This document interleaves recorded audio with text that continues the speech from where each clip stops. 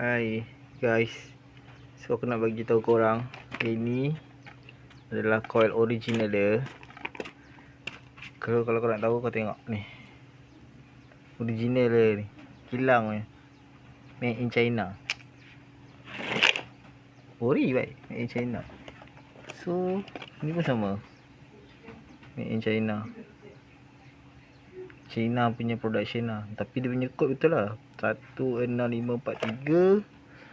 Sini pun sama, nombor 1 tu hilang lah, 6543 15. So 99. Kalau IT lah sama lah.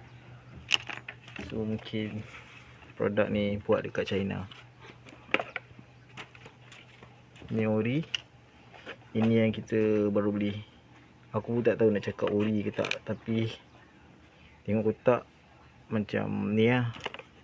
Tapi made in tu lah, made in buatan. Ok lah, itu untuk setakat hari ni. Ciao.